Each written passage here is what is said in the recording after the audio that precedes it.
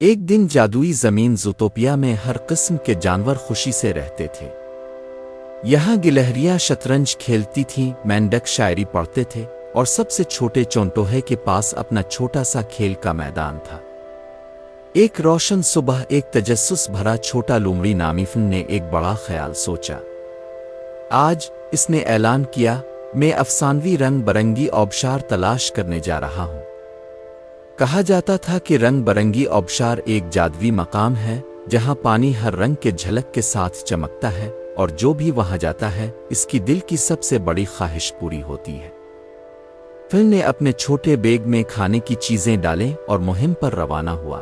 جب وہ راستے پر چل رہا تھا، اس نے اپنی دوست لونا، ایک عقلمند پرندے کو ایک شاخ پر بیٹھے دیکھا۔ تم کہاں جا رہے ہو فن؟ لونا نے پوچھا۔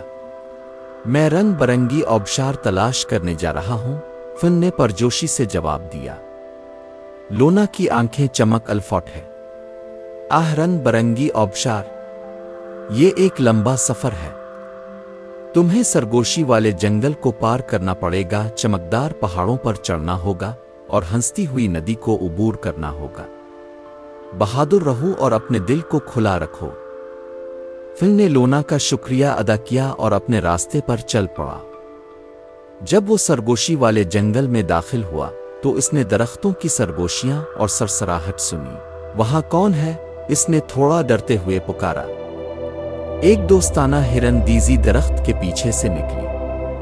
ہیلو، میں دیزی ہوں۔ سرگوشی والا جنگل تھوڑا ڈراونا ہو سکتا ہے، لیکن فکر نہ کرو، بس چمکتے ہوئے مشروموں کے راستے پر چلتے جاؤ، تم محفوظ رہو گے۔ فن نے چمکتے ہوئے مشروموں کی پیروی کی اور جلد ہی جنگل کے آخر تک پہنچ گیا۔ اس نے دیزی کا شکریہ ادا کیا اور چمکدار پہاڑوں پر چڑھنا شروع کیا۔ پہاڑ چمکدار پتھروں سے ڈھکے ہوئے تھے جو ستاروں کی طرح چمکتے تھے۔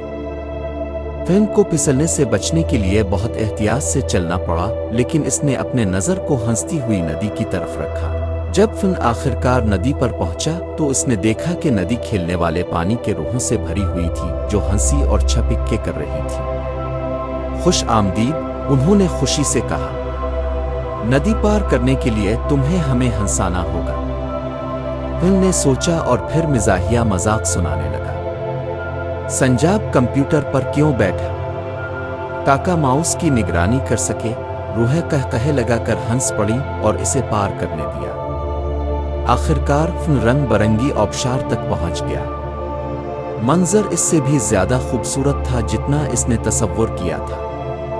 پانی ہر رنگ کی جھلک کے ساتھ نیچے گر رہا تھا اور ایک جادوئی قوس قزح بنائی تھی۔ فن نے اپنے دل میں ایک خواہش کی۔ جب اس نے آنکھیں کھولی تو دیکھا کہ قوس قزح نے چمکدار پل بنایا تھا۔ فن نے پل پر چلتے ہوئے اپنے دوستوں کے ساتھ ایک میدان میں پہنچ گیا جو اس کی مہم اور بہادری کا جشن منانے کے لیے آئے تھے۔